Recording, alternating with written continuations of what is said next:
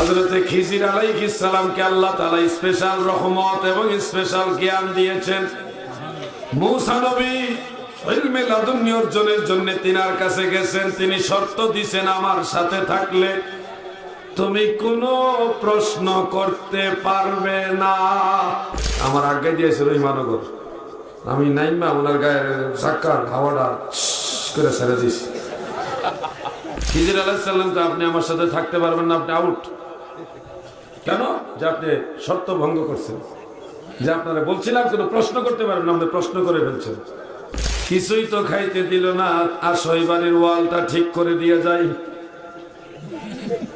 মুসা আলাইহিস সালাম ওয়ালটা ঠিক করছে। কত ঠিক করে কয়, আচ্ছা এটা কি করলেন আপনি? এক গ্লাস পানিও খাওয়াইলো না, এই বাড়ির বাঙ্গাও ওয়াল আপনি ঠিক করলেন, এটা কি করলেন? কোন মুসা আলাইহিস সালাম খুব জালালি হালাত, রাগী নবী আছেন। কিতাবের মধ্যে পাইছি উনি যখন রেগে যাইতো ওনার মাথা দিয়া ধুমা উঠতো। ধুমা উঠতো মানে মাথায় যে ঘাম থাকতো না, ঘাম রেগে গেলে মাথায় এত পরিমাণ হিট হয়ে যাইতো, এটি বাষ্প উড়ে যেত, এটার কই ধোঁয়া উঠতো। এত ভয়ঙ্কর, এক সর দিয়ে একজনের জাগাত মেরে লেছে। আমরা দুইজন মুসাফির, আমাদেরকে কিছু মেহমানদারি করো, আমরা ক্ষুধার্ত। ওই বাড়ির মানুষগুলি বড় ভালো, তারা মেহমানদারি করেছে, খাইতে দিছে, পানাহার করাইছে, আদর যত্ন করেছে। যাওয়ার সময় খিজির আলাইহিস সালাম বাড়ি থেকে বাইরিয়া বাড়ির আঙ্গিনায় একটু সাইডে আর কি গাড়া এটা বাচ্চা ভাইছে বাড়ি, এটারে দুইটা মেরে নিছে। মুর্শিদেরই কদম ধরো, নিজেরই মানুজন করো, বিসমিল্লাতে চাপা রাখো হৃৎপিণ্ডের ভিতরে। ওয়াহাবি এলাকা তো দুনিয়াইছি ভালো করে। হ্যাঁ, শহরের পাশে। এটার নাম জানি কিতাব ভুলে গেছিল। আরিখোলা না হারিখোলা জানো।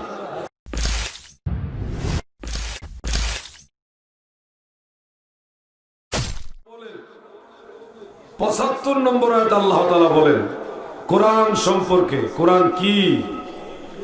কোরআন কি এটা বুঝতে হলে এই আয়াতটা একটু মনোযোগ দিয়ে শুনেন। ওয়ামা মিন গায়িবাতিন ফিস সামাই ওয়াল আরদি ইল্লা ফি কিতাবিন মুবিন। আমার আল্লাহ বলেন, দুনিয়ার মানুষেরা গো,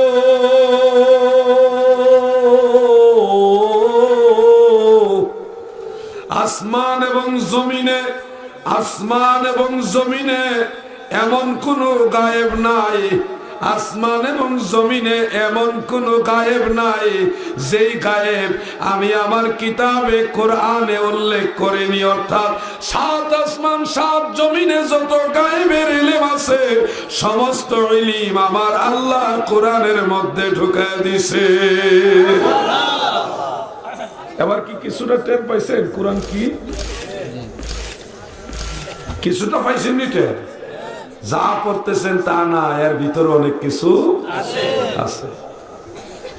এবার আমি একটা হাদিস বলি, তাহলে আরেকটু কিছু মানে বিষয়টা বুঝবেন যে কোরআন কি। কানজুল উম্মালের মধ্যে ইমাম হিন্দি রাহমাতুল্লাহ আলাইহি হাদিসটা উল্লেখ করেছেন। আর তারগীব ও তারহিবের মধ্যে হাফিজুল হাদিস ইমাম মুনজিরি রাহমাতুল্লাহ আলাইহি তিনিও হাদিসটা উল্লেখ করেছেন। বহু সূত্রে হাদিসটা উল্লেখ, মরফু, মওকুফ, মুরসাল, মুত্তাসিল সবভাবে হাদিসটা আছে বিভিন্ন সূত্রে। عن أنس رضي الله تعالى عنه وفي رواية عن عبد الله بن مسعود رضي الله تعالى عنه وفي رواية عن جابر بن عبد الله رضي الله تعالى عنه قال قال النبي صلى الله تعالى عليه وسلم إن الله تعالى أنزل القرآن إن الله تعالى أنزل القرآن على 7 الأحرف لكل آية منها زهر وبطن। سبحان الله বলেন। সাহাবী আব্দুল্লাহ ইবনে মাসউদ অথবা জাবির ইবনে আব্দুল্লাহ অথবা হযরতে আনাস ইবনে মালিক আর অন্যান্য সাহাবী থেকে বর্ণিত, আল্লাহর হাবিব বলেন, দুনিয়ার মানুষেরা রে শোনো, আমার আল্লাহ কোরআন নাজিল করেছে 7 হরফে। কয় হরফ? 7 হরফ। এই হরফ মানে সেই হরফ না আলিফ বা তা সানা, আলিফ বা তা সানা। মুফাসসিরিনে কেরাম এটা নিয়ে ব্যাখ্যা করতে যাইয়া বিভিন্ন কথা বলেছেন। এর মধ্যে একটা ব্যাখ্যা হলো যে আরবের 7টা আঞ্চলিক ভাষা দিয়া কোরআন নাজিল হয়েছে, এটা হলো একটা ব্যাখ্যা। আরো অনেক ব্যাখ্যা আছে, আমি ওটা যাচ্ছি না। মারেফতের অনেক গান আছে এখানে, ওই গানও বলছি না, আমার গলা ভালো না, বুম বাস্টিং মার্কা গলা, এটা আর কি। তবে আপনাদেরকে পরের কথাটা ব্যাখ্যা করি। কোরআন কি? কোরআনের তাফসীর সবাই করতে পারবে না। কোরআনের তাফসীর করার জন্য শরীয়তের বিদ্যা লাগে 17টা। শরীয়তের বিদ্যা লাগে কয়টা? এরপরে লাগে তাসাউফ, ইলমে মারিফাত। দাদু শুনেন, আল্লাহ রাসূল বলেছেন লিকুল্লি আয়াতিন মিনহা যাহরু ওয়া বাতনু। আল্লাহর কোরআনের প্রতিটা আয়াতের একটা জাহিরি অর্থ আর একটা বাতিনি অর্থ। জোরে বলেন সুবহানাল্লাহ। ওই ঘুমায়েন না, জানগে দেখি ভাই, ঘুমায়েন না, ঘুমায়েন না, অমন ঘুমায় না রে,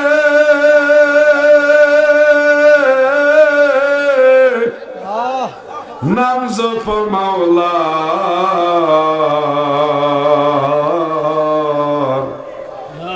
একদিন ঘুমাইবি রে মন, কবর মাজার মন ঘুমায় না রে। ফুরান আমলের মুয়াজ্জিন সাহেবরা গানটি গাইতো ফজর আজান দেওয়ার আগে। এখন গায় না, সব ডিস্ক হয়ে গেছে, ডিজিটাল হয়ে গেছে। তো কোনো কোনো জায়গায় গায়। ঘুমায়েন না, ঘুমাইবেন আপনি এদিকে চান, আপনারা করতেছে আর ঘুমায়েন না, ঘুমাইবেন নাকি আপনারা? আমি বেশ ওয়াজ করতাম না, কারণ প্রতিদিন 2টা 3টা করে মাহফিল করতে হয়, গলাও কোলায় না। আর বুম বাস্টিং ওয়াহাবি সাইজ করার লাগে সব জায়গায়। আমার তো ওয়াজ শোনার লেগে কেউ দাওয়াত দেয় না, আমার দাওয়াত দিয়ে বাংলা ওয়াজ করতাম। কথা ঠিক না? ওয়াজে করণ লাগে, অনলাইনেও করণ লাগে, ফেসবুকে বড় বড় শায়েখরা যারা নজদির ট্যাবলেট খেয়ে মাতাল হয়ে গেছে, এই আদা ওয়াহাবি গুলাবি ওয়াহাবিদেরকে বাংলা ওয়াজ করা হচ্ছে। আসেননি নবীর পক্ষে, ইমাম হুসাইনের পক্ষে কারা কারা হাত উঠান? নারায়ে তাকবীর, নারায়ে রিসালাত,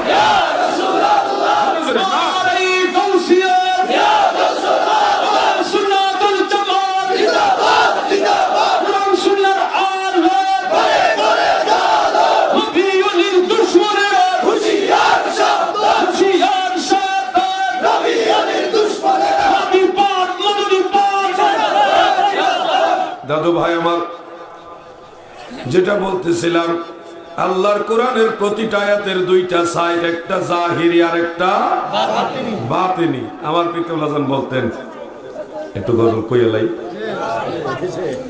গলা কোলাইব কিনা জানি না, তারপরে টান দেলাই।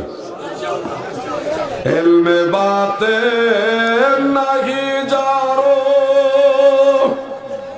হাসরে সে অন্ধর, এশকে খোদা নাহি যারো দোজখেতে সেই তরয়, এশকে নবী নাহি যারো দোজখেতে সেই তরয়। এই গজল গুলি হুজুর কেবলা গাইতো। আমরা সব তরিকাপন্থীরা সুন্নিরা সব এক। ময়দানে যদি সুন্নিয়তের প্রয়োজনে ডাক আসে, আমরা কোন পীরের পরিচয় নয়, আমরা সুন্নিয়তের পরিচয় নবীর সেনা হিসেবে ঝাঁপায় পড়বো। রাজি আছে? পীর যার যার, সুন্নিয়ত সবার। এমনি যেভাবে আপনারা ঠিক করেন, এমনি ঠিক করলে তো হাবিরা ডরাইব মিয়া, একটু আস্তে করিয়েন। এরা পরে দেয়া দেবো বাড়ি ঘর সেরা এলাকা সেরা ভাগবো। বন্ধুরা আমার, গভীর মনোযোগ। আমার গলা ভালো না, তারপরেও কয়েকটা কথা কই।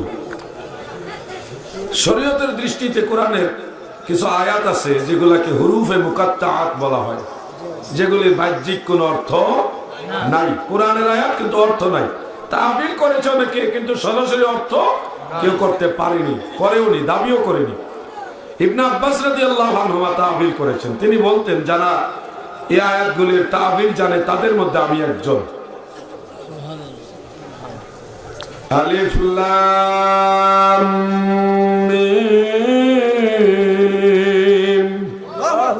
কোরআনের আয়াত কিন্তু অর্থ নাই। অর্থ যেটা সেটা আল্লাহ ছাড়া কেউ জানে না, আল্লাহ জানে, জানাই হে জানে, আর কেউ জানে না। এগুলি জানতে হলে কামেল পীর লাগে। আর একটা গান মনে হয়েছে, এরাইতে গান না গেলে ফুলাবেন থাকতো না, যাইব গান। এটা আমাদের কসবার থানা মসজিদের মুয়াজ্জিন সাহেব গাইতো এই গানটা, খারাপ গান না। মুর্শিদেরই কদম ধর, নিজেরই মানুজন কর, বিসমিল্লাতে চাপা রাখো হৃৎপিণ্ডের ভিতরে, দুই চোখের পানি দিয়া যায় কি পাওয়া তারে,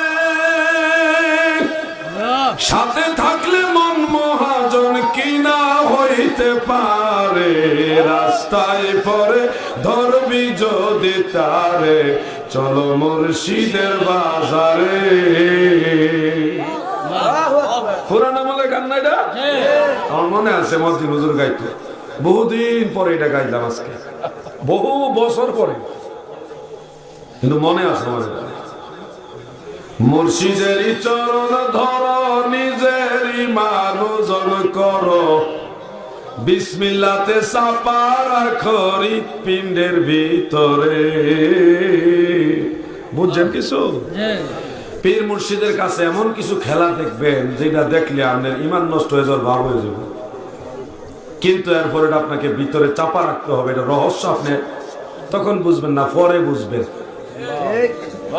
পরে কবেন বন্ডামি করার বাইতারা করতেছি না। হনো আল্লাহর ওলিদের দরবারে এমন কিছু খেলা আছে যেগুলি প্রথম দেখলে ইমান থাকে না, কিন্তু এটা রহস্য পরে বোঝা যায়। শুনেন, এটাও কোরআনেরই কথা। হযরত মূসা আলাইহিস সালামকে ইলমে লাদুন্নি অর্জনের জন্য খাজা খিজির আলাইহিস সালামের কাছে আল্লাহ পাঠাইছে। ওয়া আতাইনাহু রাহমাতাম মিন ইনদিনা ওয়া আল্লামনাহু মিন লাদুন্না ইলমা। সূরা কাহফের 65 নম্বর আয়াত। আমার আল্লাহ বলেন, আমি খিজিরকে বিশেষ রহমত দান করেছি এবং বিশেষ ইলম শিক্ষা দিয়েছি। বিশেষ রহমতও দিয়েছে, বিশেষ ইলমও দান করেছে, যেটাকে ইলমে লাদুন্নি বলে। প্রশ্ন পরে আমি আর 5-6 মিনিট কথা কইব, পয়লা প্রশ্ন দিলে তার কথাই কইতে পারলাম না, যাইতাম প্রশ্ন উত্তর পড়বো, এই কথাটা ভাঙ্গেল একবারে কিচ্ছুই কইলাম না। এটা তো কেমন দেখা যায় না, এটা দূরশিরে পড়েছেন, গলাটা খালি হুল মানে ইয়ে হইতেছে, ক্লিয়ার কইলাম কি আর মিয়া 4-5টা না বাজলে মজা লাগে। থাকবেন নি 4-5টা পর্যন্ত। দেখছেন হগলে কইছেন, আমি বুঝ জ্বালাইছি। ঘুমাইবেন ছোট ভাইরা, তোমরা কি ঘুমাইতেছো নি? আপনারা মুরব্বীরা কথা কইেন না, মানে একেবারে 20 বছর পর্যন্ত যারা আছে তারা বয়স আলাদা করে। 20 বছরের উপরে যারা হেরা কথা কইবেন না, 20 বছরের নিচে যারা আছে, কেডা আছো? এই কথা কষ্ট দিতি, তোরা কি বুড়ো হয়ে গেছো? 20 বছরের পর্যন্ত বয়স কারা কারা? মাশাআল্লাহ আছে তো। এবার তোমরা পরীক্ষা হইব, পরীক্ষা। রেডি আছো? গলা ক্লিয়ার করো। আপনারা না, আপনারা কি 20 বছর উপরে? সবাই 20 বছর পর্যন্ত যারা মুরব্বীরা, আপনারা দিয়ে না দিলে হেরা জিততেছে বোকা। আপনারা আইতাছে একটু পরে। রেডি নি নারায়ে তাকবীর। ও ঠিকই আছে। আচ্ছা, এবার নারায়ণের সালাতটা দিও নি। হ্যাঁ, আরেকবার 20 বছর পর্যন্ত। নারায়ে রিসালাত, এই যে হেতে মরা মরা কইছে আমি, হেতে তো বিয়া করতে গেলে ধরা খাইবে, শেষ, এর পাওয়ার নাই। এবার 20 বছরের উপরে যারা, আপনারা রেডি? রেডি? নারায়ে তাকবীর, আল্লাহু আকবার, খাইছে ও। নারায়ে রিসালাত, ইয়া রাসূলুল্লাহ। এবার সবাই মিল্লা, রেডি? নারায়ে তাকবীর, আল্লাহু আকবার। ওই যে আমরা তাহির হিসাবে কলা গাছের ডাগা বেড়া হইলে আজ্ঞা, এই আওয়াজ দিয়া যদি ওয়াহাবিরা ডাক দেন, এরা এই দেশে থাকবো? সব জামগা লাগবে এরা গুরু ঠাকুর নজদের দেশে। এবার আমরা আরেকটু সামনে যাই। হযরতে খিজির আলাইহিস সালামকে আল্লাহ তাআলা স্পেশাল রহমত এবং স্পেশাল জ্ঞান দিয়েছেন।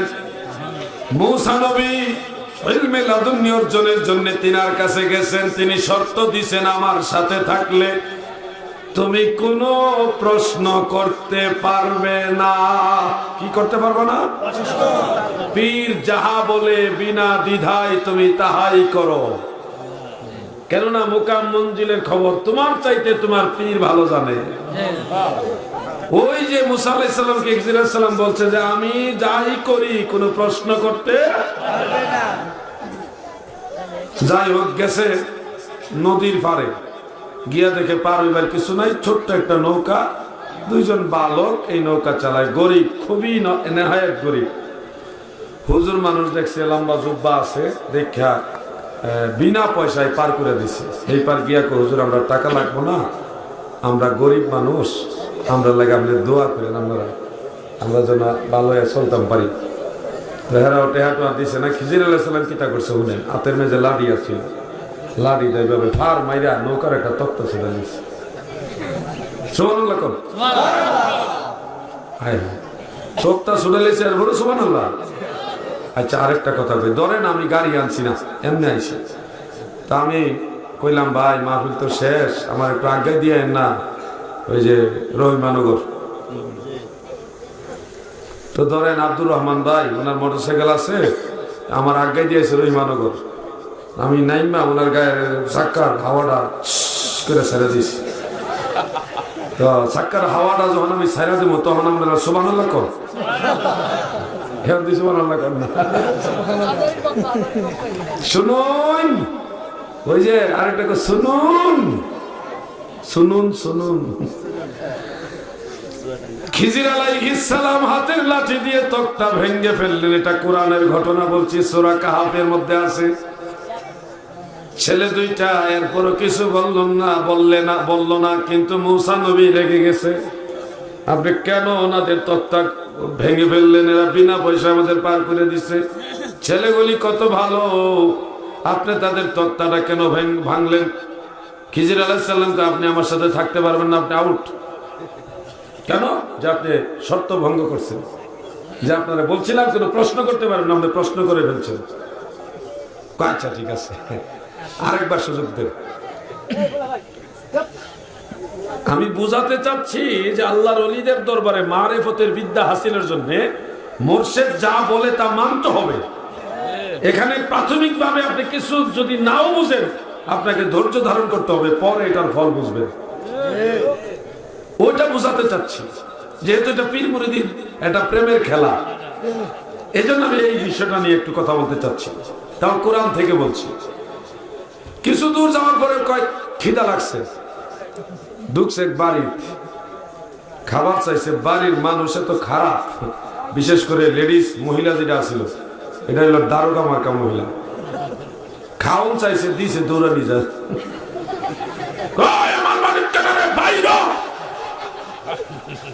এমন একটা কথার কথা আর কি বললাম। তো ওনাদেরকে খাবার দিল না, অপমান করে তারাই দিল। যাওয়ার সময় ওই বাড়ির ওয়ালটা ভেঙে যেতেছে। ওয়াল বুঝেননি, ওই দেশের ওয়াল হইলে একটা পাথরের উপর আরেকটা পাথর, আরেকটা পাথরের উপর আরেকটা পাথর, একটার উপর একটা কেটে কেটে সমান করে এভাবে ওয়াল করে। তো এগুলি যে কোনো কারণবশত একটু কয়েকটা পড়ে গেছে, কিছু পড়ার মতো ওয়াল ভেঙে গেছে আর কি। খিজির আলাইহিস সালাম কই নবী মুসা রে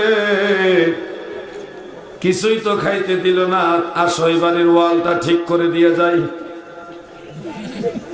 মুসা আলাইহিস সালাম ওয়ালটা ঠিক করছে, কত ঠিক করে কয় আচ্ছা এটা কি করলেন আপনি, এক গ্লাস পানিও খাওয়াইলো না, এই বাড়ির ভাঙ্গা ওয়াল আপনি ঠিক করলেন, এটা কি করলেন? কোন খিজির আলাইহিস সালাম কে আপনি চলে যান, আপনি আমার সাথে থাকতে পারবেন না। কেন? ওই যে আপনি দ্বিতীয়বার ওয়াদা ভঙ্গ মানে অঙ্গীকার ইয়ে করলেন, শর্ত ভঙ্গ করলেন, অঙ্গীকার না শর্ত ভঙ্গ করলেন। আচ্ছা ঠিক আছে, শেষবারের মতো আমার একটা চান্স দেন। আর প্রশ্ন করতাম না, আমার আরেকবার চান্স দেন। মুসা আলাইহিস সালাম খুব জালালি হালাত, রাগী নবী আসলে। কিতাবের মধ্যে পাইছে উনি যখন রেগে যাইতো ওনার মাথা দিয়া ধুমা উঠতো। ধুমা উঠতো মানে মাথায় যে ঘাম থাকতো না, ঘাম রেগে গেলে মাথায় এত পরিমাণ হিট হয়ে যাইতো, এটি বাষ্প উড়ে যেত, এটার কই ধোঁয়া উঠতো। এত ভয়ঙ্কর, এক সর দিয়ে একজনের জাগাত মেরে লেছে আছে না ভাইজান, এক সর দিয়ে জাগাত মাইরা ফেলেছে, এটা এত ভয়ঙ্কর নবী আসছিল মুসা আলাইহিস সালাম। আচ্ছা আমার শেষবারের মতো একটা সুযোগ দেন। আচ্ছা ঠিক আছে, আসেন সামনে যাই। আরেক বাড়িতে যাইয়া খাবার চাইলো, কেউ আসনি গো,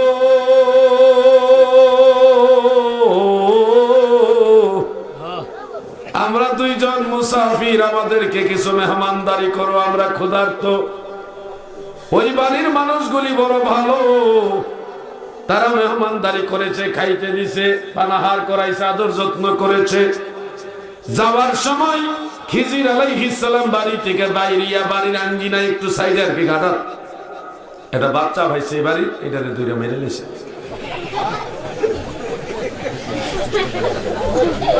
এটা থেকে আমরা শিক্ষা নিব না, মানুষ মারা শিক্ষা এখান থেকে নিব না, তবে একটু জিনিস বুঝবো।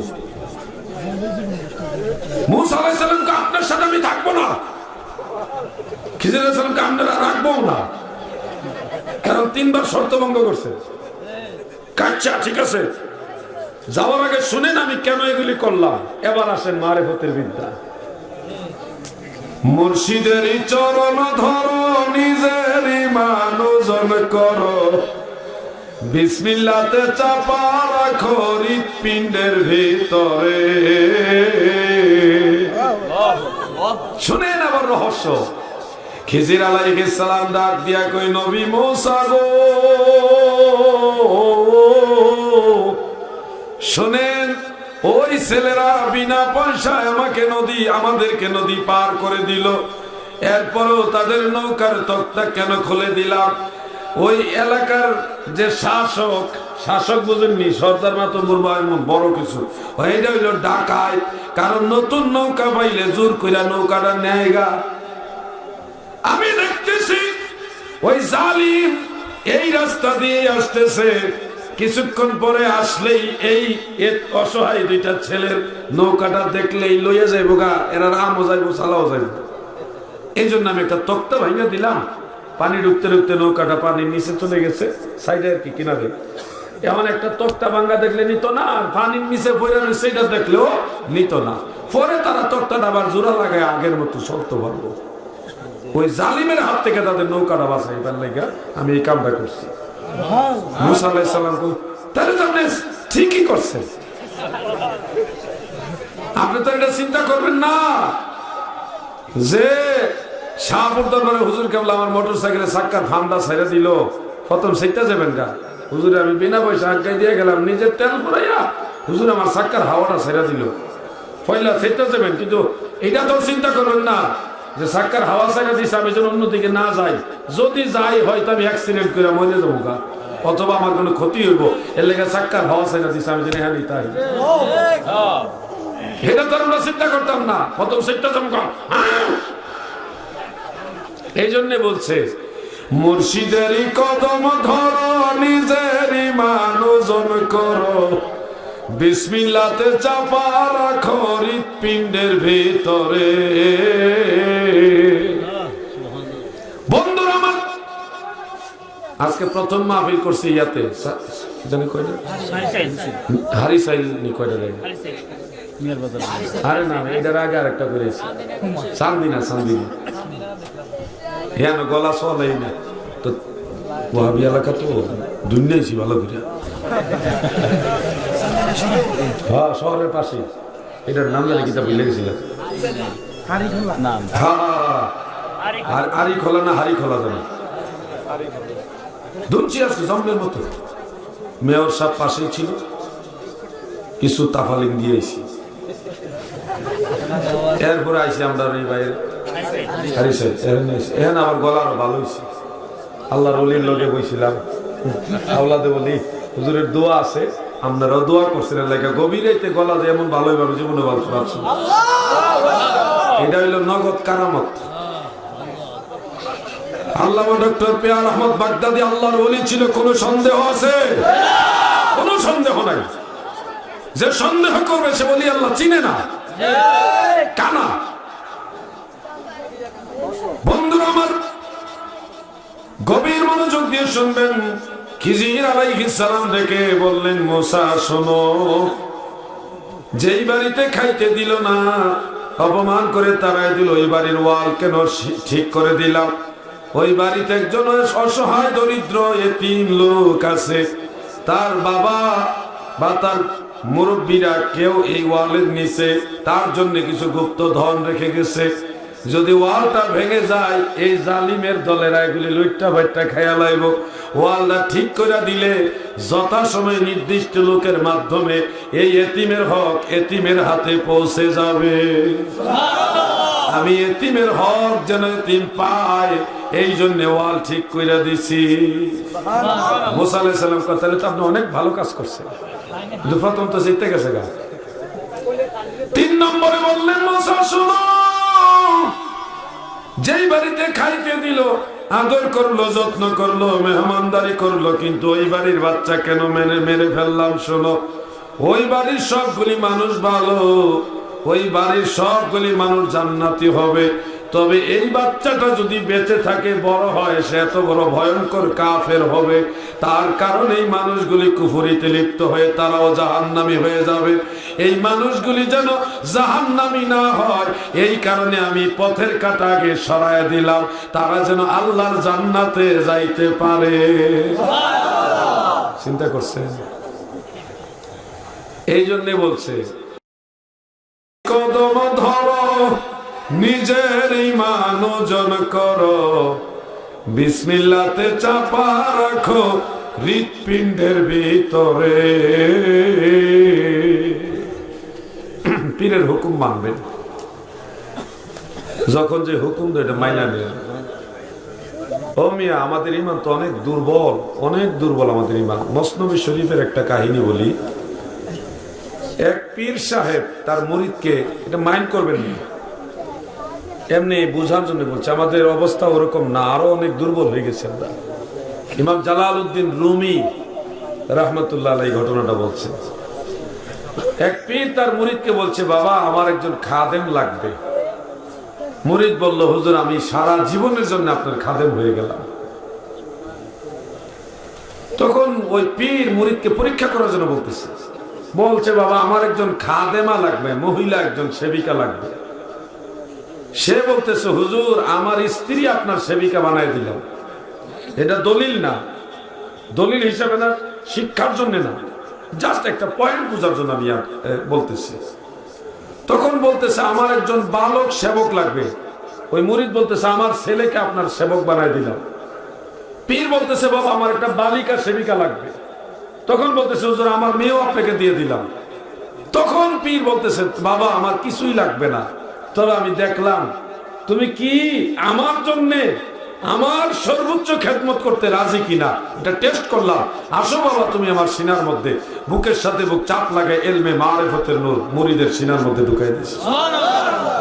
পরীক্ষা হয়, পরীক্ষা হয়, হবে। সব ওলি আল্লাহর পরীক্ষা দিয়েছে, নবীরাও পরীক্ষা দিয়েছে, পরীক্ষা হয় এবং হবে। আমাদের জাতির পিতা হযরত ইব্রাহিম আলাইহিস সালামকে নমরুদ যখন আগুনে ফেলে দেয়, জিবরাইল এসে বললেন, হে ইব্রাহিম খলিলুল্লাহ, আপনি যদি আমাকে অনুমতি দেন আমি আপনাকে সাহায্য করতে চাই। ইব্রাহিম খলিলুল্লাহ বলল, আমার সাহায্যের প্রয়োজন নাই। কেন আপনার সাহায্যের প্রয়োজন নাই?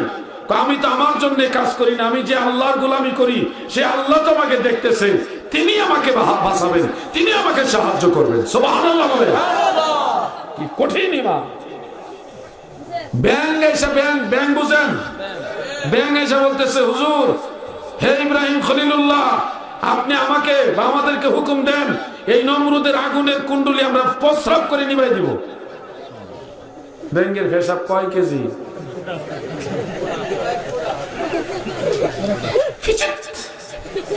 এই তো সামান্য কয়েক ফোঁটা। ব্যাংকে এসে কয় নমরুদের আগুনের কুণ্ডলির ব্যাপারে একাধিক মত রয়েছে। কেউ কেউ বলছে 40 মাইল ব্যাপিয়া, কম বেশি আছে। আর লাকড়ি মানে 6 মাস যাবত, আবার অন্য মত আছে 6 মাস যাবত শুধু লাকড়ি জমাইছে। ইব্রাহিম নবীরে ফালাইছে কেমনে? আগুনের কুণ্ডলি কাছে তো যাওয়া সম্ভব না, এত বড় বিশাল আগুনের কুণ্ডলি। বড় এক গাছ, গাছটার নামটা আমার জেহেন থেকে ছুটে গেছে। ওই গাছটা নিচে দিয়ে বাইন্দা ওই গাছের আগে ইব্রাহিম নবীরে বাঁধছে বলতে একটা সিস্টেম করে রাখছে আর কি। রাইকা ওই গাছটা অনেক মানুষ ধরে এভাবে টান দিয়ে স্প্রিং বানাইছে, নিচে দিয়ে বাইন্দা, বুঝছেন নি? টান দিয়ে স্প্রিং বানাই এটা ছেড়ে দিছে, ওই গাছে এইভাবে নিয়ে ইডা দিয়া ইব্রাহিম নবীর আগুনে ফেলাইছে। এই সিস্টেম ইব্রাহিম আলাইহিস সালামের আগুনে ফেলাইছিল। ব্যঙ্গে কয় নবী গো,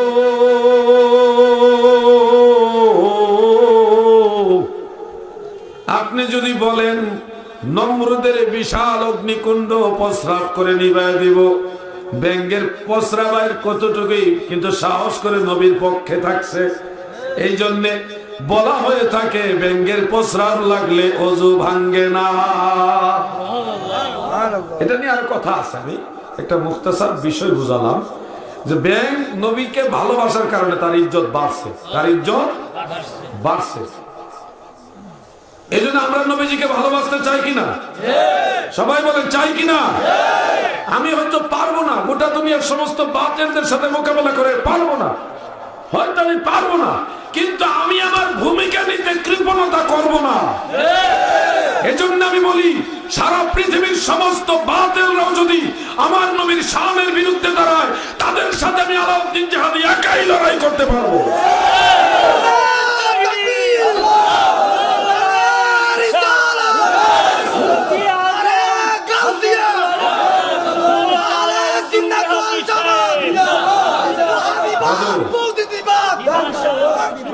এটা আমার ঈমান, এটা আমার সাহস।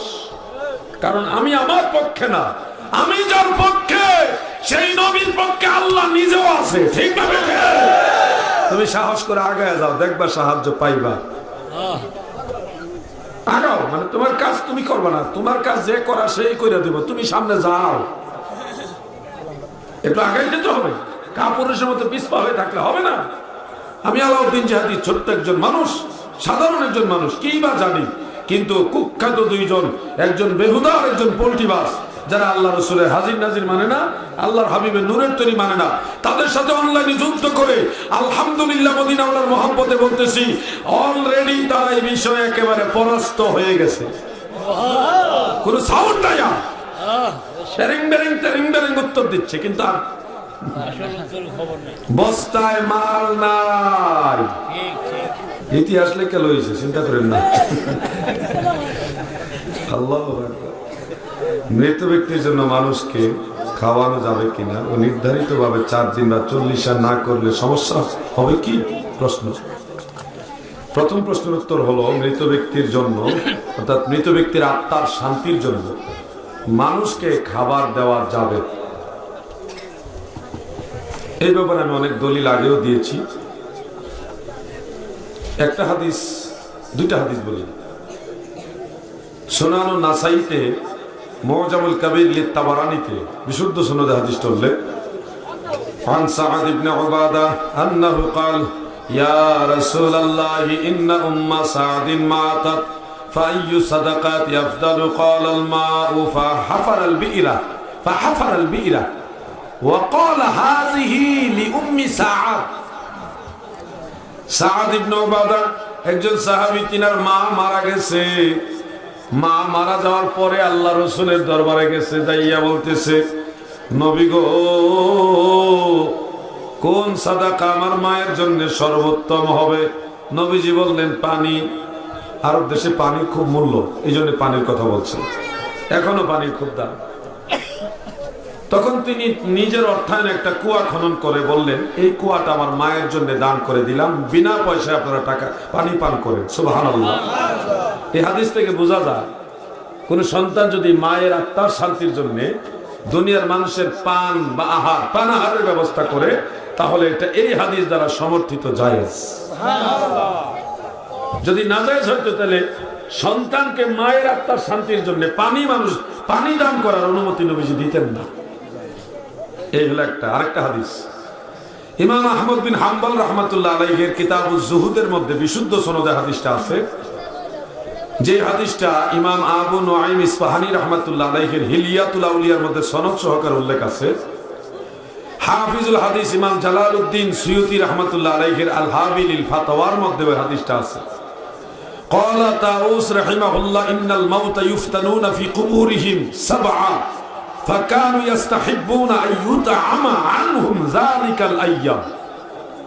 হযরত তাউস রাহমাতুল্লাহ আলাইহি বলেন, মানুষ মারা গেলে তার কবরের মধ্যে 7 দিন বড় ফিতনার মধ্যে, মুসিবতের মধ্যে থাকে। কয়দিন? 7 দিন। খুব বেশি ফিতনার মধ্যে থাকে 7 দিন। فكانوا يستحبون ان يطعم عنهم ذلك الايام। ফলে সাহাবারা পছন্দ করত এই 7 দিন ওই মৃত ব্যক্তির আত্মার শান্তির জন্য মানুষকে খাবার দেওয়া। সুবহানাল্লাহ। সাহাবায়ে কেরামের কর্ম আমাদের ধর্ম, সাহাবীরা সত্যের মাপকাঠি। এজন্য আল্লাহ রাসূল বলেন, জান্নাতি যারা হবে ক্বালা মা আনা আলাইহি ওয়া আসহাবি, যারা আমাকে এবং আমার সাহাবীদেরকে অনুসরণ করবে তারা জান্নাতি। সুবহানাল্লাহ। এজন্য সাহাবীদের আমল থেকে বোঝা যায় মানুষের কবরে তাদের আত্মার শান্তির জন্য দুনিয়ার মানুষকে খাবার দেওয়া জায়েজ, জায়েজ, জায়েজ। কেউ যদি বলে না জায়েজ, কোন ঝগড়া নাই। আপনি একটা হাদিস দেন, যমুক হাদিসে লেখা আছে মানুষ মারা গেলে তাদের আত্মার শান্তির জন্য মানুষকে খাবার দেওয়া না জায়েজ। দলিল দাও। সাবাবাজি না, বেদাত, শিরক, নাজিস, ইটা ফতোয়া আমরা এই ফুলাবাইনা দিতে পারবো, কিন্তু দলিল সহকারে একটা ফতোয়া দেওয়া আলেম ছাড়া হবে না। 40 দিনেই হইতে হবে, 4 দিনেই হইতে হবে, 5 দিনে হইতে হবে, এরকম কোন শর্ত নাই।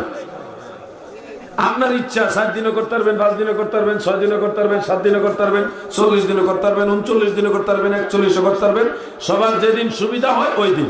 তবে 40 দিন করাও নিষেধ না। 40 দিনের মাথায় করা নিষেধ না, তবে 40 দিন ছাড়া অন্যদিন করা যাইবে না, ওই চিন্তাটা ঠিক না। কথা বুঝতে পারছেন ভাইজান? দিন নির্ধারণ করবেন আপনাদের সুবিধা অনুযায়ী, সেটা 40 দিনের মাথায় হোক, 41 দিনের মাথায় হোক, 5 দিনের মাথায় হোক, 10 দিনের মাথায় হোক, আপনাদের সুবিধা যেদিন ওই দিন। এটাই হলো মাসালা। আল্লাহ বোঝার তৌফিক দেন। আমিন। মাজারের চারপাশে লাফিয়ে লাফিয়ে জিকির করা যাবে কি? ও মাজারে কিছু চাওয়া যাবে কি? মাজারের চারপাশে হোক, বাজারের চারপাশে হোক, বাড়িতে হোক, যেখানে হোক, মসজিদে হোক, মাদ্রাসা হোক, জিকির যে কোনো জায়গায় করা যাবে, যে কোনো জায়গায় জিকির করা যাবে। তবে জিকিরের এই দাঁড়ায় যদি জিকির করেন সেটা যেন সীমা লঙ্ঘন না হয়, সীমা লঙ্ঘন যেন না হয়। দাঁড়ায় জিকির করা যায়। সূরা আলে ইমরানের 191 নম্বর আয়াতে আছে, আল্লাযীনা ইয়াযকুরুনাল্লাহা কিয়ামান ওয়া কুউদান ওয়া আলা যুনুবিহিম। জিকির 3 ভাবে, দাঁড়ায়া, বসে, শুইয়া, 3 ভাবেই করা যায়। এই জন্য দাঁড়ায় জিকির করা যাবে, সেটা মাজারের পাশে হোক, আর মসজিদে হোক, মাদ্রাসায় হোক, ঘরে হোক, বাজারে হোক, যেখানে হোক। আল্লাহর জিকির করার জন্য নির্দিষ্ট কোনো স্থান আল্লাহ নির্ধারিত করে দেন, যেখানে খুশি ওখানে করতে পারবেন। তবে আমার মাজারের উপরে না, মাজারের আশেপাশে বসে জিকির করবেন। জজবা হালত আসলে দাঁড়ায় করবেন, সীমা লঙ্ঘন করবেন না। কোনটা যে জিকিরের সময় পা লাফাবেন না, এইভাবে জমিনকে আঘাত করবেন না, পা দুইটা স্থির রেখে দাঁড়ায় জিকির করবেন। মনে থাকবে? অনেক সময় সামার জিকিরের তালে তালে সামা বা সামার তালে তালে জিকির হয়, ওগুলি মুবাহ, জায়েজ আছে। আমরাও করি, আপনারাও করবেন। তবে এটা করা জরুরি মনে করা যাবে না, করা যাবে। কেউ যদি সমালোচনা করেন, হ্যাঁ মাজারের পাশে তারা জিকির করছে, কই জিকির করতো? তারা মসজিদে তারা জিকির করলে তোরা পছন্দ করিস না, মাদ্রাসাত করলে পছন্দ করিস না, বাজারে জিকির করলে পছন্দ করিস না, মাজারে জিকির করলে পছন্দ করিস না, তোরা কি চাস? জিকিরের আওয়াজ শুনলেই তাদের চুলকানি ওঠে, কারণ তাদের কালবের মধ্যে শয়তান বসা। ফাওয়াইলুল লিল কাসিয়াতি কুলুবুহুম মিন যিকরিল্লাহ উলাইকা ফি দালালিম মুবিন। কোরআনের আয়াত আল্লাহ বলেন ওয়াইল দুজক তাদের জন্য রাখছি যাদের কালব আল্লাহর জিকির থেকে গাফেল হয়ে গেছে, আর তারাই হলো চরম পথভ্রষ্ট। এই জন্য জিকির করেন, চেষ্টা করবেন বসে বসে জিকির করা। সব জায়গা প্রথমেই দাঁড়ায় শুরু করে দিয়েন না, বসে বসে জিকির করবেন। আমি একটা ভিডিও দেখেছি অনলাইনে, ওনারা মাজার শরীফের একেবারে কাছে গিয়ে দাঁড়ায় জিকির করতেছে। এটা আমি মনে করি তাসাউফের দৃষ্টিতে আদবের খেলা। একটু দূরে, এত কাছে না, সামান্য একটু দূরে থাকে। যেইভাবে কাছাকাছি জিকির করছে তারা মাজার শরীফে, এটা আমি মনে করি আদবের চরম খেলা। পীর মুরিদের দৃষ্টিতে আমার পীর এখানে শুয়ে আছেন, আমি ওনার একেবারে কাছে যে দাঁড়ায় জিকির করতেছি, এটা তো আদবের খেলাফ না। সামান্য একটু দূরে থাকবে। কতটুকু দূরে? সাধারণত পীর সাহেব বসা থাকুক, শোয়া থাকুক, জীবিত অবস্থা ওনার কাছ থেকে যতটুকু দূরে থাকলে এটা সম্মান মনে করে ততটুকু দূরে থাকা জিয়ারত করতে হয়। ওই ভিডিওটার মধ্যে কিছুটা আপত্তিজনক বিষয় আছে, কিন্তু আমি মাজারে জিকির করা নিষেধ করি না। আপনারা সবারই জ্ঞান আছে, আপনাদের বিবেক বুদ্ধি খাটাইয়া স্থান কাল পাত্র বুঝা যদি নিজেরা সুন্দর মতো আমল করেন, তাহলে বিষয়টা সমালোচনার কাতারে যাবে না। মাজারে জিকির করবেন, তবে একটু দূরে থেকে, একেবারে কাছে যায় না। একেবারে কাছে গেলে কেমন দেখে না ভাইজান? আল্লাহ আমাদের বুঝার তৌফিক দেন। বলেন আমিন। সবাই বলেন আমিন। চেয়ারে বসে নামাজ পড়া যাবে কিনা? অবস্থা ভেদে পড়া যাবে, তবে নরমালি পড়া যাবে না। আমি বিষয়টা আবার বুঝাই বলি। যে লোক নিজে নিজে দাঁড়াইতে পারে, নিজে নিজে বসতে পারে, ওই ব্যক্তি চেয়ারে বসে নামাজ পড়া জায়েজ নাই। আমি আবার বলছি, যে লোক নিজে নিজে বসতে পারে, নিজে নিজে বসা থেকে দাঁড়াইতে পারে, তার জন্য চেয়ারে বসে নামাজ পড়া জায়েজ নাই। কেন জায়েজ নাই? নামাজের 13 ফরজ, এর মধ্যে একটা ফরজ হলো কিয়াম করা, দাঁড়ায় নামাজ পড়া। যার দাঁড়াইবার সামর্থ্য আছে, শক্তি আছে, তাকে অবশ্যই ফরজ নামাজ দাঁড়ায় পড়তেই হবে। জমিদারি দেখা আছে, হারে বললে নামাজ পড়ি, নামাজ হইতো না। সবাইকে ফাঁকি দেওয়া যায়, আল্লাহকে ফাঁকি দেওয়া যায় না। তবে কেউ যদি এরকম অসুস্থ হয়, তার হাঁটুতে সমস্যা, কোমরের সমস্যা, কিংবা মেরুদণ্ডের সমস্যা, শারীরিক কোনো সমস্যা, যে নিজে নিচে বসলে নিজে নিজে দাঁড়াইতে পারে না আরেকজনের সহযোগিতা ছাড়া, অথবা ডাক্তার, একজন পরহেজগার ডাক্তার বলছে আপনি নিজে নিজে দাঁড়াবেন না, আপনার রোগে অথবা হাঁটুতে অথবা শারীরিক সমস্যা হবে, সেক্ষেত্রে সে সুন্নত হলো সে নিচে বসে নামাজ পড়বে, চেয়ারে না। নামাজের কায়দায় নিচে বসেই পুরোটা পড়বে, এটা সুন্নত তরিকা। নাসাই শরীফ হাদিস আছে। আর যদি এরকম হয় বসে থাকে, বসে থাকলে পরে উঠাইবার যদি কেউ না থাকে, তাহলে সেই লোকটা এখানে অসহায় হয়ে থাকবে, সেক্ষেত্রে উনি চেয়ারে বসে নামাজ পড়বে ওনার সুবিধার জন্য, যেহেতু ওনাকে উঠাইবার মতো কেউ নাও থাকতে পারে। এটা হলো ওজনের কারণে চেয়ারে বসে নামাজ পড়বে ওই সময়। নরমালি আপনাদের পরামর্শ দিব, আল্লাহ রসুল শিক্ষা দিয়ে গেছেন দাঁড়ায় নামাজ পড়ার জন্য। যদি কেউ দাঁড়ায় নামাজ পড়তে অক্ষম হয়, সে বসে নামাজ পড়বে, নিচে বসে, নিচে নামাজের কাছে বসবে। নামাজের কাছে বসতে অক্ষম হলে আসন পাইতে বসবে, অথবা সর্বশেষ অবস্থা হলো পশ্চিম দিকে পা দিয়ে বসবে, তাও বসে নামাজ পড়বে নিচে। যদি কেউ বসে নামাজ পড়তে অক্ষম হয়, সে শুয়ে নামাজ পড়বে। বিধান আল্লাহ রসুল শিক্ষা দিয়ে গেছে, ওটা সুন্নত তরিকা।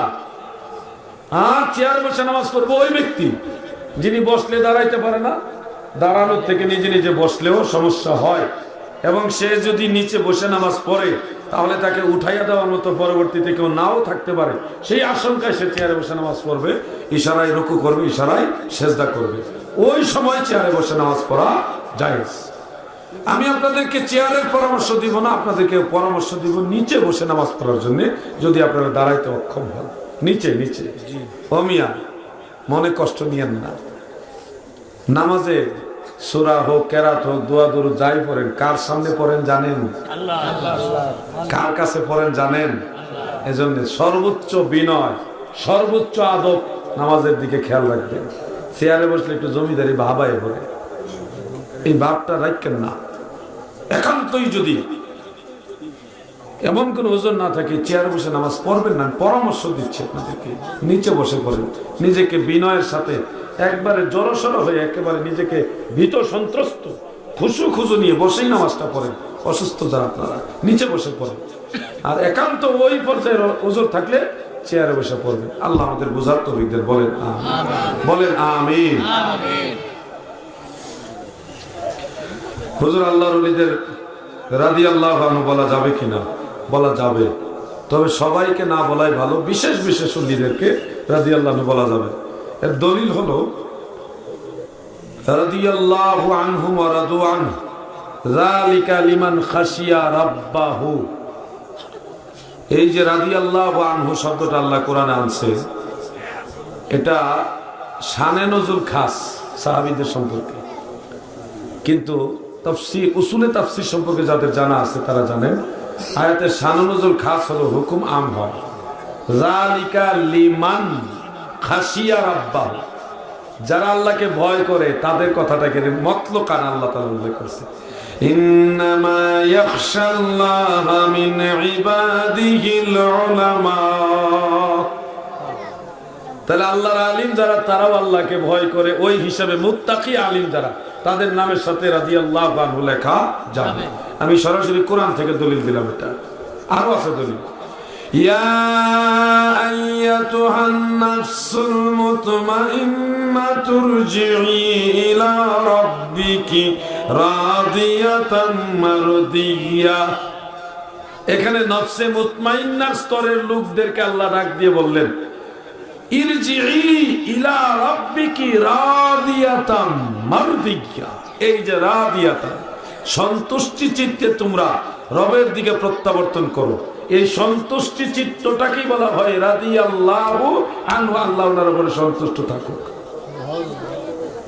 এজন্য নফসে মুতমাইন্নার স্তরের ওলি আল্লাহদেরকে রাদিয়াল্লাহু আনহু বলা যায়, তবে সব ক্ষেত্রে সবার নামের সাথে রাদিয়াল্লাহু আনহু লাগায়েন না। তাফসীরে রুহুল বয়ানের মধ্যে আল্লামা ইসমাইল হাক্কি হানাফি রাহমাতুল্লাহ আলাইহি তিনি লিখেছেন রাদিয়াল্লাহু আনহু লাইসা বিতাখসিসিন বিসসাহাবা। রাদিয়াল্লাহু আনহু সাহাবীদের সাথে এটা তাখসিস নয়, খাস নয়, অন্যদের ক্ষেত্রে ব্যবহার করা যায়। এবার উপমা হিসেবে যে একটা কিতাবের নাম বলি, বুখারী শরীফের নাম শুনেছেন আপনারা? ইমাম বুখারী কি কোনো সাহাবী ছিল? সাহাবী না, কিন্তু ওনার নামের সাথে রাদিয়াল্লাহু আনহু বুখারী শরীফের কভার পৃষ্ঠার মধ্যে লেখা আছে রাদিয়া আনহু ওয়া রাহমাতুল্লাহি তাআলা আলাইহি, দুইটা শব্দই আছে। ইমাম মুসলিম রাহমাতুল্লাহ আলাইহি কি কোনো সাহাবী ছিল? কিন্তু ইমাম মুসলিমের নামের সাথে রাদিয়াল্লাহু আনহু লেখা আছে মুসলিম শরীফের মধ্যে। হাফিজ ইবনে কাসির রাহমাতুল্লাহ আলাইহি সাহাবী ছিলেন না, কিন্তু তাফসীর ইবনে কাসিরের মুকদ্দমায় মুআল্লিফের যে তরজমা ওখানে উল্লেখ করতে গিয়ে ইবনে কাসিরের নামের সাথে রাদিয়াল্লাহু আনহু লেখা আছে। ইমাম আজমের নামের সাথে রাদিয়াল্লাহু আনহু লেখা ফতোয়া শামীতে, ইমাম মালিকের নামের সাথে রাদিয়াল্লাহু আনহু লেখা। আর ইমাম কারামি বিষয়টাকে এমন মনে করেননি যে রাদিয়াল্লাহু আনহু সাহাবী ছাড়া কারো লাগানো যাবে না, এরকম কেউ মনে করেনি, বরং সচরাচর বেশিরভাগ সাহাবাই কারামের নামের সাথে রাদিয়াল্লাহু আনহুটাকে লেখা হয়েছে, কারণ রাদিয়াল্লাহু আনহু রাদওয়ান এই কথাটা সাহাবীদেরকে উদ্দেশ্য করে নাযিল হয়েছে। এই জন্য সাহাবীদের ক্ষেত্রে রাদিয়াল্লাহু আনহুকে প্রাধান্য দেওয়া হয়। কথা বুঝতে পারছেন ভাইজান? ওলিয়া উলিয়াদের কোন কোন ওলিয়া আল্লাহদের নামের সাথে রাদিয়াল্লাহু আনহু লেখা যাবে, নিষেধ না, ঢালাও ভাবে লিখেন না, লিখলে বিষয়টা একবারে অসুন্দর হয়ে যাবে। আল্লাহ আমাদের বুঝার তৌফিক দেন, আমিন। পীর সাহেবদের প্রতি যথাযথ সম্মান রেখে বলছি, বর্তমান পীরের অভাব নেই। প্রকৃত হক্কানি পীর চেনার উপায় কি? হক্কানি পীর চেনার উপায় আল্লাহ রসুল বলেছেন সূরা ইউনূসের ৬২ নম্বর আয়াতের তফসিরে মাযহারিতে উল্লেখ। আল্লাহ রসুল বলেছেন যাকে দেখলে আল্লাহর কথা মনে হয়, যাকে দেখলে মনের মধ্যে একটা ভয় আসে, ইনি আল্লাহর ওলি। একটা ভয় আসে না, আল্লাহর ভয়, ওই ব্যক্তিটা আল্লাহর ওলি। সুবহানাল্লাহ। আমি বলিনি, আল্লাহ রসুল বলে গেছে। সাহাবায়ে কেরাম প্রশ্ন করছেন, আল্লাহ রসুল উত্তর হচ্ছে। সহযোগী হিসেবে আমি একটা পরামর্শ দিতে পারি, যাকে দেখলে আল্লাহর ভয় আসে বা আল্লাহর কথা মনে হয়, পাশাপাশি যার কথা শুনলে নবীর মহব্বত পয়দা হয়, তিনি আল্লাহর ওলি, তিনি হক্কানি পীর। আর উব্বা জুব্বা আবাকাবা যাই লাগা, দেখলে যদি আল্লাহর ডর না এ মনে মেজে, নবীর মহব্বত পয়দা না হয়, এটা আল্লাহর ওলি না। ওয়াহাবি ইমামের পিছনে জামাতে শরীক হয়ে নামাজ আদায়ের সঠিক হবে কিনা? নামাজ আদায় এক্ষেত্রে আমি আপনাদেরকে বলবো, যদি ইমামের আকীদা আহলুস সুন্নাত ওয়াল জামাত না হয়, শুধু ওয়াহাবি না, যে কোনো বাতিল আকীদার লোক হোক, তাদের পিছনে ইক্তেদা করবেন না। কেন করবেন না? দলিল শুনেন। আমি বললেই তো আর হবে না, এটার দলিল থাকতে হবে। ওয়ালা তুসাল্লু মাআহুম, আল্লাহ রাসূল বলছে তাদের সাথে নামাজ পড়ো না। রাসূলের হাদিস, সাহাবায়ে কেরাম বলেছে এরকম। ওয়ালা তুসাল্লু আলাইহিম, তারা মারা গেলে তাদের জানাজাও পড়ো না। ওয়ালা তুশারিবুহুম, তোমরা তাদের সাথে পানাহার করো না, তাদের সাথে খায়ো না, তাদের সাথে বিবাহ সম্পর্ক করো না। এক কথায় মুসলিম শরীফ আছে, সহিহ মুসলিমের 2 জায়গায় হাদিসটা আছে। হযরত আবু হুরায়রা রাদিয়াল্লাহু আনহু বলেছেন, আল্লাহ রাসূল বলেন, শেষ জামানায় এমন কিছু লোক বের হবে যারা এমন কথা বলবে, লাম তাসমাউ আনতুম ওয়ালা আবাউকুম, যেই কথা তোমরাও শোনো নাই, তোমাদের বাপ দাদাও শোনে নাই। এমন ফতোয়া, এমন কথা শোনা যায় না। আল্লাহ রাসূল বলেন, ফাইয়াকুম ওয়া ইয়াহুম, তোমরাও তাদের কাছ থেকে দূরে থাকো, তাদেরকেও তোমাদের কাছ থেকে দূরে রাখো। এক কথায় রাসূল আকরাম সাল্লাল্লাহু আলাইহি ওয়াসাল্লাম বলে দিয়েছে। এজন্য বাতিল আকীদার যে কোনো ইমামের পিছনে ইক্তেদা করবেন না। এমন যদি হয়ে যায় যে ফিতনা হবে, ফিতনার আশঙ্কা হলে আপনারা জামাতে যাবেন, তাদের সাথে দাঁড়ায় নামাজ আদায় করবেন, কিন্তু ইক্তেদাই টু বিহাযাল ইমাম বলবেন না। আপনার নামাজ আপনি তাদের সাথে দাঁড়ায় পড়ে আসবেন ফিতনার আশঙ্কায়। আর নাইলে মসজিদ কমিটির দায়িত্ব নেন, দায়িত্বশীল ভূমিকা নেন, নিয়ে এই ভেজাল ইমাম দূর করে সুন্নি ইমাম মসজিদে ঢুকান। এটাও আপনাদের দায়িত্বের ভিতরে আছে। আল্লাহ আমাদের বুঝার তৌফিক দেন, আমিন। রাসূল সাল্লাল্লাহু আলাইহি সাল্লামের নূর নাকি জাতি নূর? দয়া করে বলবেন। মাওয়াহিবুল লাদুনিয়ার মধ্যে হুয়া জাতুহু এই শব্দটা আছে। ইমাম জুরকানি শরহে মাওয়াহিবের মধ্যে লিখছে, আল্লাহর জাতের অংশ হিসেবে আল্লাহর রাসূলকে জাতি নূর বলা যাবে না। লুমআত মিন জাতিল্লাহ এরকম বলা যাবে না। আল্লাহর জাতের টুকরা, ওই হিসাবে জাতি নূর বলা যাবে না। নবীজি আউয়াল মাখলুক, নবীজি সত্তাগতভাবে নিজেই নূর, জাতগতভাবে নিজেই নূর, ওই হিসাবে নবীকে জাতি নূর বলা যাবে, তবে আল্লাহর অংশ হিসাবে না। আল্লামা প্রিন্সিপাল জলিল শাহুজুর রহমাতুল্লাহ আলাইহি বলেছেন সবচেয়ে সুন্দর একটা কথা, যে আল্লাহ রাসূল জাতি নূরের জ্যোতি, জাতি নূরের জ্যোতি। সূর্য থেকে আলো, কিন্তু আলো সূর্যের অংশ না। আল্লাহ তাআলা কর্তৃক হিকমতে কামেলা দ্বারা বেলা ওয়াসিতা, বিনা মাধ্যমে নূরে মুহাম্মাদি সৃষ্টি, কিন্তু আমার আল্লাহর অংশ নবী না। এই হিসাবে নবীকে জাতি নূরের জ্যোতি বলা যায়। তবে আল্লাহর জাতের দিকে ইশারা করে জাতি নূর বললে শিরক হবে, কখন এরকম বলবেন না। আপনি নাকি বলেছেন সৈয়দ আহমদ বেরেলভীকে আল্লাহ হযরত বুজুর্গ বলেছেন, কিন্তু আশরাফুজ্জামান আল কাদেরী বলেছেন আপনি মিথ্যা বলেছেন, সত্যি কি জানাবেন? আশরাফুজ্জামান আল কাদেরী সাহেব একজন বিশ্ববরণ্য আলিম, উস্তাদুল উলামা, আমারও মাথার তাজ, আমি ওনাকে অনেক সম্মান করি, অন্তর থেকে সম্মান করি, কিন্তু এটার অর্থই না যে ওনার সব কথাই ঠিক, ওনারও ভুল হইতে পারে। আলা হযরত ফাতওয়ায়ে রেজবিয়ার 29তম খণ্ডের মধ্যে একটা প্রশ্নর উত্তর দিয়েছেন। ওনাকে প্রশ্ন করা হয়েছে যে কেউ যদি সৈয়দ আহমদ বেরলভীকে বুজুর্গ মানে কোন ইমাম সাহেব, তাহলে আমি তার পিছনে ইক্তেদা করতে পারবো কিনা? কেউ যদি সৈয়দ আহমদ বেরলভীকে বুজুর্গ হিসেবে বিশ্বাস করে, তার পিছনে আমি ইক্তেদা করতে পারবো কিনা? আলা হযরত বলছে যে তাকবিয়াতুল ঈমান কিতাবে যে কুফরি বা বাতিল আকীদাগুলি আছে, এগুলো কি বাতিল এবং কুফরি যায় না? সিরাতুল মুস্তাকিমে যে বাতিল কথাগুলি আছে, ওগুলো কি বাতিল যায় না? কেউ যদি এই তার পিছনে ইক্তেদা করে এবং সেও যদি এরকম জানে, তাকে ওয়াহাবি বলা যাবে না। তো এই কথা দিয়ে কি বোঝা যায়? এটাও যদি আমাদের বুঝাইতে হয়, তাহলে তো আমাদেরকে আবার নতুন করে বালাগাত, ফাসাহাত, মান্তিক এগুলি পড়তে হবে।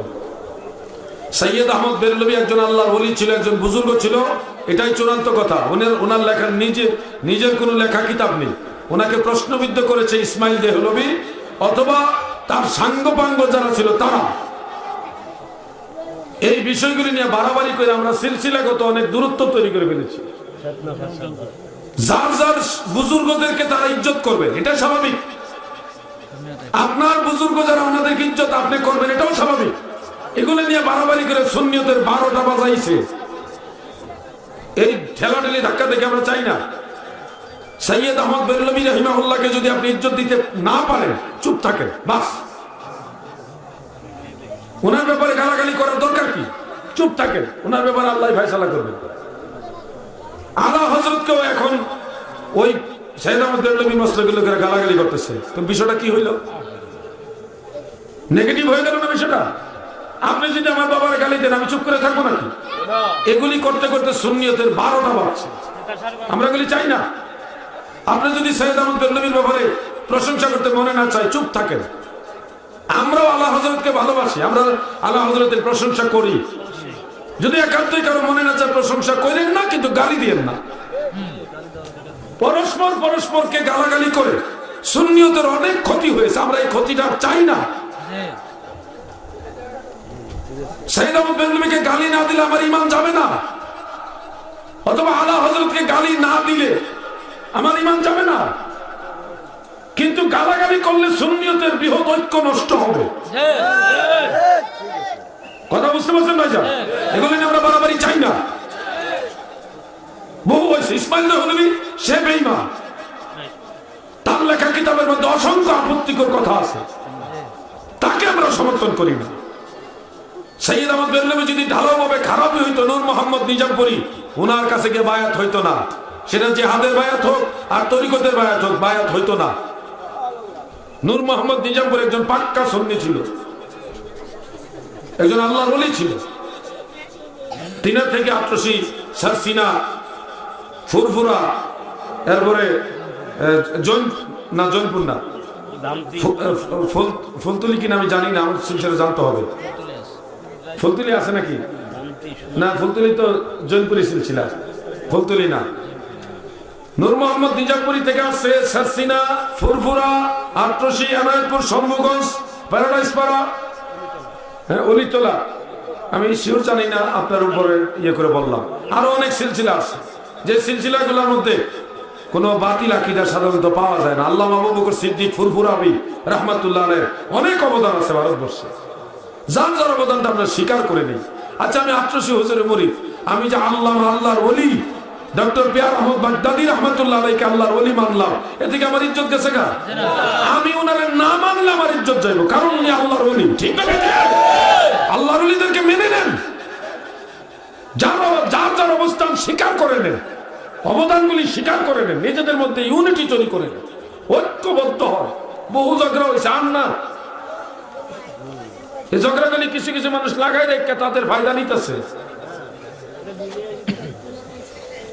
এই পৃথিবীতে নবী রাসূল, বিশেষ আল্লাহর বান্দারা ছাড়া বাকি যারাই আছে, এমন কেউ কি পাবেন যার একটা দোষ ধরন যাইতো না?